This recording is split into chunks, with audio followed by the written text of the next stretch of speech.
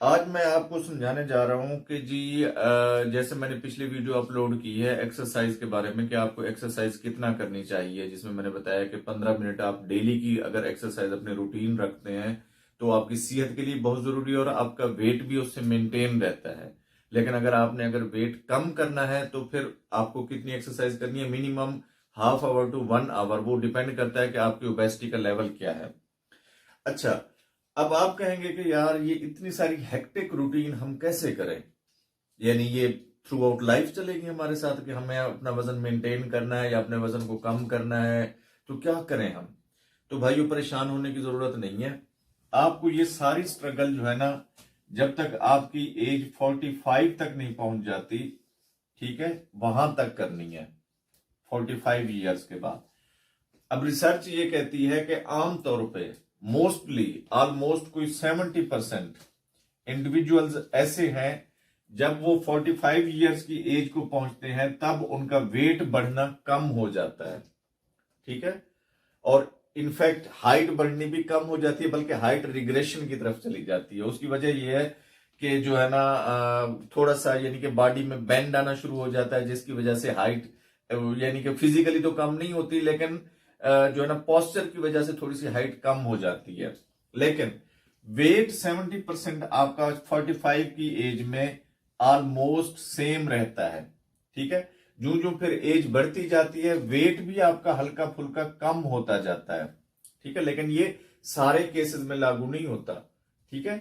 45 years की as तक सारे केसेस में ये लागू नहीं होगा कि जी आपका वेट इसके बाद बढ़ना शुरू हो जाएगा।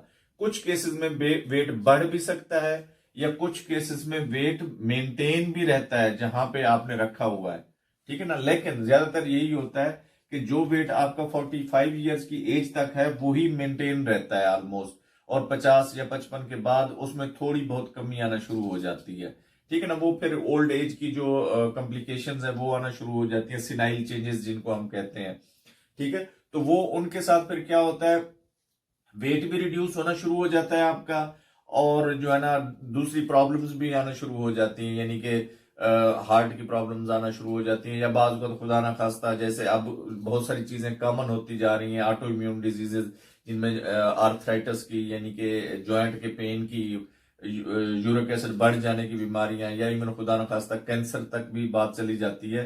तो उसके साथ फिर वेट की रिडक्शन में ऑटोमेटिकली इजाफा होता जाता है, ठीक है। उसमें आपके हार्मोनल चेंजेस आती हैं जिसमें भूख का आपकी कम होना शुरू हो जाती है, और खुदा ना खास्ता अगर फैमिली हिस्ट्री है डायबिटीज मिलाइटिस की या हाइपरटेंशन की तो वो भी डिजीजेस होना फिर साथ में शुरू हो जाती हैं। तो इसलिए आप अपने वेट को सिर्फ 45 ईयर्स की एज तक ही आपने जो है ना उसको कम से कम रखना है।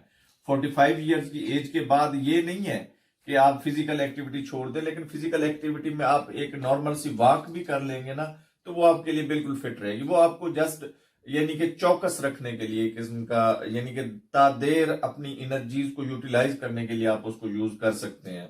उम्मीद काफी है ये मालूमाती वीडियो आपको पसंद आई होगी। हमारे चैनल को लाइक, सब्सक्राइब और दोस्तों के साथ शेयर जरूर कीजिएगा। शुक्रिया।